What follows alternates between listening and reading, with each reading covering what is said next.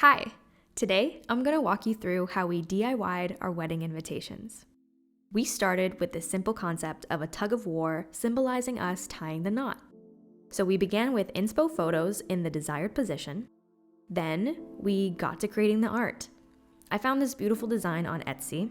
The vision was pastel flower garden.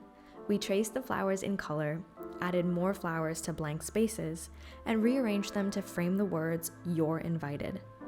We used Google Maps to draw out the location on the back, and used a similar floral theme to write out our names next to our silhouette outlines. To give an elevated feel, we printed these designs on cardstock. The paper texture, as you can see here, was a fuzzy eggshell. Now, because cardstock is thicker than normal paper, we used a blunt knife to score the middle seam of the card. Using a ruler, we made sure our score was perfectly straight.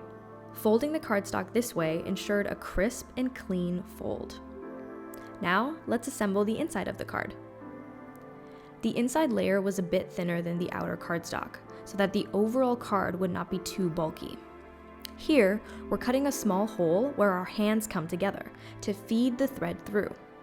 Sometimes we cut out triangles and sometimes rectangles, as long as it was small enough but also big enough for the thread to poke through. We measured our desired red thread that was the length of the distance between our hands while the card was laying flat.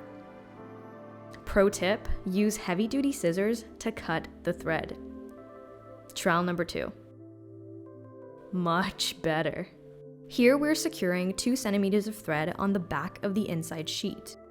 Even though the thread will be hidden, we made sure it was taped down in the direction of the pull. Another pro tip, do not use liquid glue to attach the outer and inner sheets. The card warps when the glue dries. We instead opted for double-sided tape, which worked like a charm.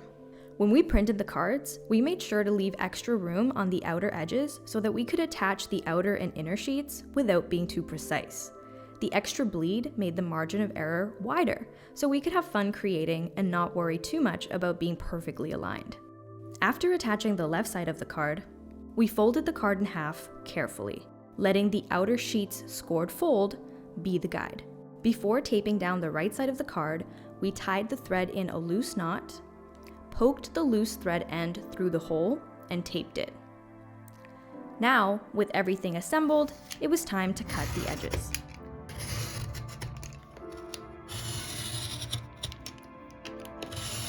The final step here is quality control, making sure the edges were properly glued together, creating a seamless edge.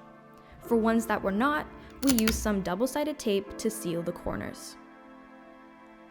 We set all of the cards in ready position, which meant a loose knot centered on the inside so that it tightens when opened. And there you have it, completed wedding invitations. The process was super fun and we loved adding our personal touches to a magical day. We made menus and name cards in the matching theme to bring it all together. Hope this inspires you to think of new ideas and make it yourself. Thanks for watching.